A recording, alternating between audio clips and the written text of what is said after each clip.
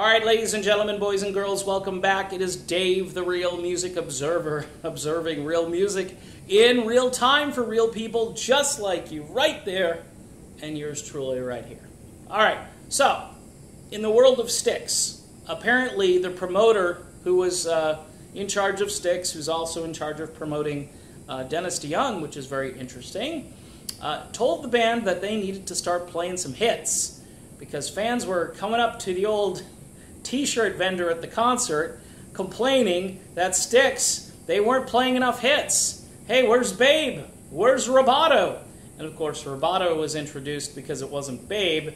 Now I'm wondering, they won't play Show Me the Way, which I think is a real interesting thing that they don't play that, because that song meant a lot to a lot of people. The Gulf War was happening at that moment, and there was this cool remixed version of the song with news headlines dubbed in into the song, which made it real powerful during the break, you know, during the bridge and the break and so forth.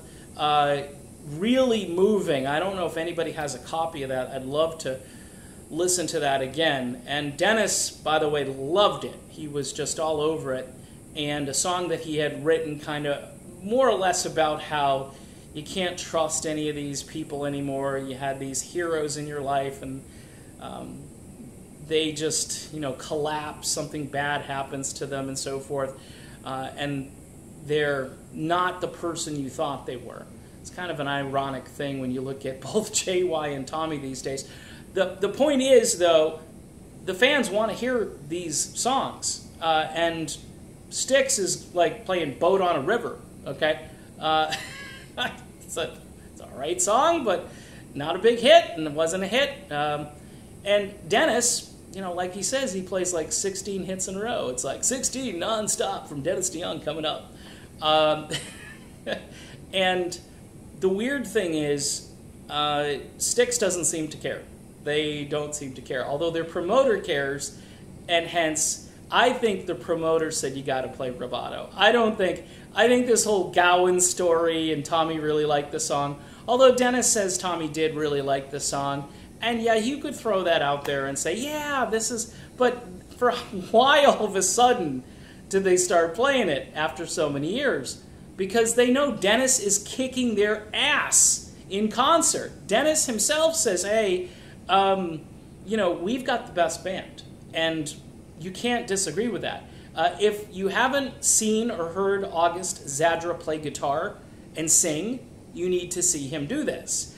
He's Tommy Shaw, but with a better voice and, quite honestly, equal if not better guitar playing capabilities. Okay, Dennis has this band as if this was his hand-picked sort of supergroup to really replicate the Styx.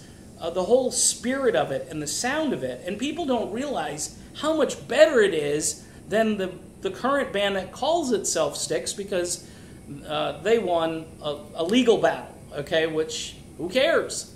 Yeah, okay, so Dennis can't use, you know, the name Styx. Dennis should have had the name Styx. Even if he were one guy, I would say he should have had the name Styx. I know it's the 2 against 1, but Tommy wasn't an original guy. I know Chuck was, right? But Dennis was the one who was walking by Chuck's house and said, hey, what are you guys doing in there? Can I come play in your band? And kind of brought them all along. I mean, history is a strange thing. But I can tell you this. The promoters, they want Styx to play more hit songs. They're not going to play Babe because Gowan says no, that was for Dennis's wife and so forth. That's the only reason they won't play it, because, you know, can't have that evil Suzanne DeYoung spoken of here, because she's just, you know, it's horrible, this long-term marriage that they've had. It's all of these things, when you start thinking it through, it seems like resentment, pettiness. It seems all of this stuff that, you know, I'm accused of because I don't want to just go along with this great Styx band. And look, they're going to sell tickets because they're Styx, they have the name, and, you know, you bookend this band, or you put them as the closer. You've got Joan Jett on tour with them.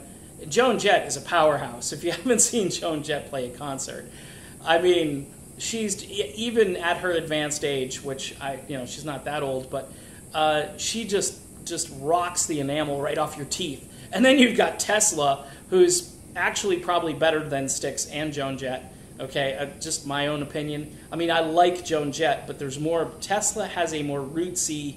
And by the way, there's another example of a band that collapsed going into the 90s who was not at all associated with hair bands.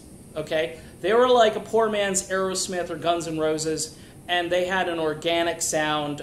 They went back into the 70s and plucked signs out of there, but they had a real just killer bluesy thing going on. I mean, that's a side. I should do a video just devoted to that.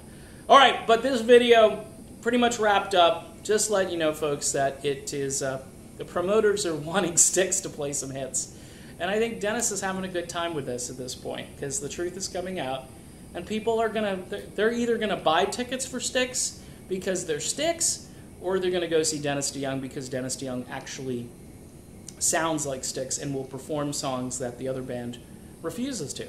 All right, done. Bye. See ya.